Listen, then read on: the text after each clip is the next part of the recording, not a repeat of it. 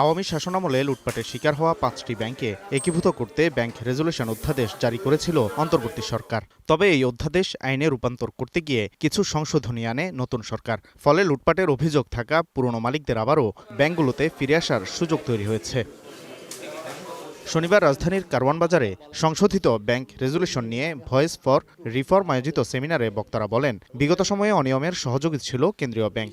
আইনে পরিবর্তন আনলেও পুরনো মালিকরা সহজে ফিরতে পারবে না বলে মনে করেন তারা। নিয়ন্ত্রক পর্যায়ে যারা আছেন তাদের বিরুদ্ধে ব্যবস্থা নেওয়াটা জরুরি। তা না হলে এটা এক্সাম্পল তৈরি হবে না। কারণ আমরা জানি যে বাংলাদেশ ব্যাংক কীভাবে সহায়তা দিয়েছে এই 5 ব্যাংক থেকে আরও একাধিক ব্যাংক থেকে অর্থ তুলে নেওয়ার ক্ষেত্রে। একজন সিকিউরিটি গার্ড ওনারও কিন্তু একটা যোগ্যতা থাকে, কিন্তু ব্যাংকিং সেক্টরে ডাইরেক্টর হওয়া অথবা হওয়ার জন্য কোনো যোগ্যতা লাগে না, which is absurd. And Bangladesh Bank, we have seen, but no one talk about it. Civil service দূরের কথা। ইমিডিয়েট 90 তো আগে, মানে তারও আগে ধরুন আপনি 10 বছর আগে যারা শেয়ার লুজ করেছে তাদের আসার কিন্তু উইন্ডো ওপেন করা হয় না। এটাও আরেকটা প্রতারণা, আরেকটা ব্যাপক অত্যন্ত নিম্নমানের চালাকি করেছে সরকার।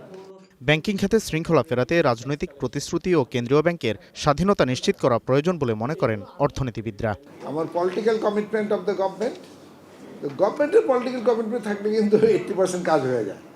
If government wants I want to কি বলে চেঞ্জ ইট, ডেফিনেটলি গভর্নমেন্ট পারে, ওকে।